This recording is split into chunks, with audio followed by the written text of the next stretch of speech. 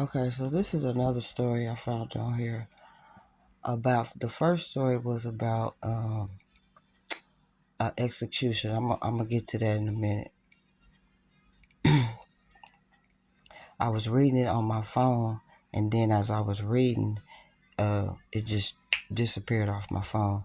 The story about the execution and this governor in Oklahoma, Governor Stitt. It should be Governor Shits. Governor Shit. So anyway, it says how Governor Stitt's opposition to Native American sovereignty seems like a time loop. It says in the grand sprawling tapestry of American history, there's a nasty little thread that runs through the history of Oklahoma that has been manifesting in Governor Kevin Stitt these last few years. It's a thread that's as resilient as it is contentious, and it's been woven with the same pattern for nearly a century: opposition to Native American sovereignty. In 1934, the Indian Reorganization Act (IRA) was passed, a landmark, a piece of legislation that was basically a new deal for Native Americans.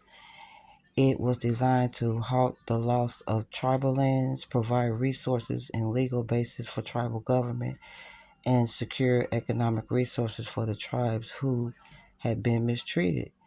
It was a progressive move, a step toward helping to rectify the historical injustice inflicted upon the indigenous population, but Oklahoma, in its infinite wisdom, decided to play the devil's advocate.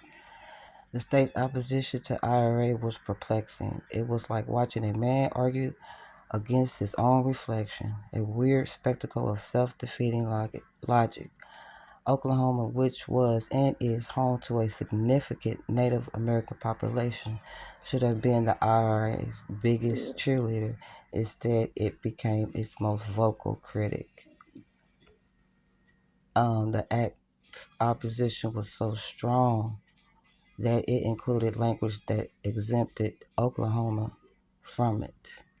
Only by passing further legislation a few years later were some of the same rights secured for natives in the state. Fast forward to the present day, it seems like Oklahoma is stuck in a historical echo chamber. Governors did in several moves that feel eerily reminiscent of the state's 1934 stance continues to oppose Native American law. It's like watching a rerun of a show you didn't particularly enjoy the first time around, but here we are, popcorn in hand, witnessing history repeat itself.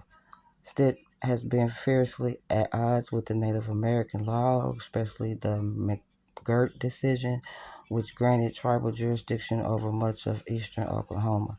He's been trying to renegotiate the state's gambling compact with tribes, seeking to overturn the McGirt decision and even terminating hunting and fishing compacts with them.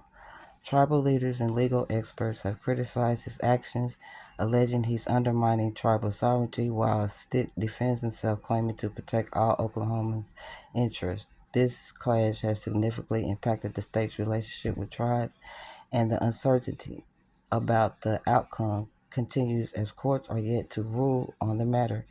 It's a tumultuous ride, and repercussions are being felt throughout Oklahoma.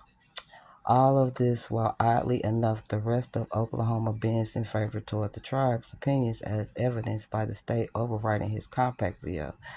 Stitt's opposition to tribal gaming compacts, his attempts to renegotiate terms less favorable to the tribes, and his general stance on tribal sovereignty all echo back to the state's resistance to the IRA. It has if it's as if Stitt is stuck in a time loop, forever replaying its own version of Groundhog Day, which actor Bill Murray replaced by a governor who can't seem to shake off the state's historical opposition to native rights. He went so far as to initiate a lawsuit when the House of Representatives ruthlessly disregarded his efforts. This despite strong opposition within his own party and other Republicans overriding his continuing and inexplicable opposition to Native American law in Oklahoma.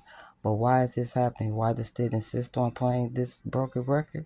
The answer, I suspect, lies in the state complex relationship with this Native American population, in a relationship that's been marked by a struggle for power and control, a tug of war between state and tribal sovereignty. In 1934, the IRA threatened to tip the balance in favor of tribes, and Oklahoma resisted. Today, many tribes, empowered by successful businesses, enterprises, and a growing political voice, pose a similar threat, and once again, Oklahoma is pushing back. But here's the thing: his story, as much as it tends to repeat itself, also offers us the opportunity to learn and grow. Oklahoma's opposition to the IRA didn't stop the progress of Native Americans. If anything, it galvanized the tribes, sparking a movement that continues to this day. Governor Stitt's current stance may echo the state's past, but it does not have to dictate its future. Oklahoma has a chance to break free from its historical echo chamber, to recognize and respect the sovereignty of its Native American tribes, and a chance to rewrite its own narrative, to replace opposition with cooperation, contention with collaboration. In the end, it's not about winning or losing a tug of war. It's about understanding the rope is long enough for everyone to have a firm grip. That power and control can be shared without being diminished. It's about realizing that history doesn't have to repeat itself, that the echo can be replaced with a new drum beat filled melody. And who knows, maybe, just maybe, Oklahoma will finally learn to dance a different tune. Wow. And this is the guy who wrote the article. His name is Kevin Chuklake. Sorry if I'm mispronouncing, is a writer and student of the University of Oklahoma, complete his Master's of Legal Studies in Indigenous Law. So yeah, I just wanted to start off with this story. I'm going to end this and I'm going to come back with another video about the other story. Oh, my bad. Hold on. But he got this. He's doing all this. But then I looked him up and he says, as a member of the Cherokee Nation, Stitt, the second governor of Native descent after former Oklahoma Governor Johnston Murray, Stitt helped pay his way. Well, that ain't nothing, but yeah. So if he's a member of the Cherokee Nation, why is he fighting against the nation? I don't get it. But then the other story is this one right here. A parole board said he shouldn't be executed, but will the governor listen? So I'm gonna come back with another video on that one. I'm gonna end this for right now. Thank you for listening, watching, and your interest. Peace.